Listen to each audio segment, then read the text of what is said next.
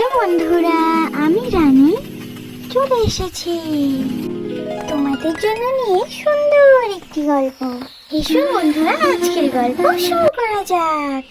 আজ বলবো এক সিংহ আর এক ইঁদুরের গল্প। এক সময় এক ভয়ানক গভীর জঙ্গল ছিল, আর সে ভয়ানক জঙ্গলে থাকতো পশু রাজা সিংহ।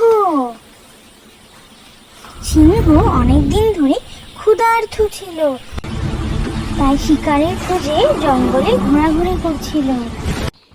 জঙ্গলের পাশেই লালু নামে একটি ইঁদুর ছিল। লালু জঙ্গলের মাঝখান দিয়ে যাতায়াত করত।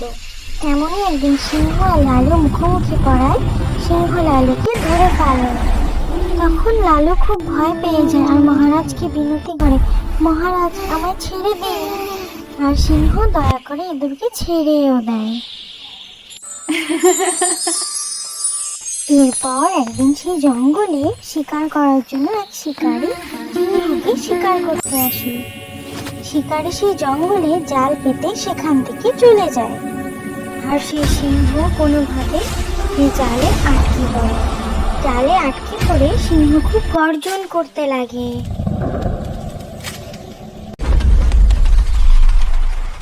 সিংহের গর্জনে এসে ইঁদুর দৌড়ে সিংহের কাছে চলে আসে,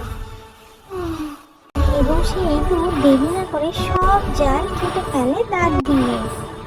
আর এভাবে সিংহকে উদ্ধার করে ফেলে।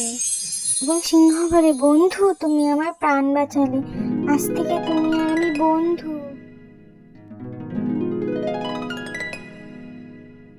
আর সেদিন থেকে লালু আর সিংহ দুজনে বন্ধুর মতন থাকতে লাগলো। আজকের এই গল্পটা তোমাদের কেমন লাগলো জানাতে ভুলো না কিন্তু বন্ধুরা। দেখা হবে অন্যদিন নতুন কোনো গল্প নিয়ে।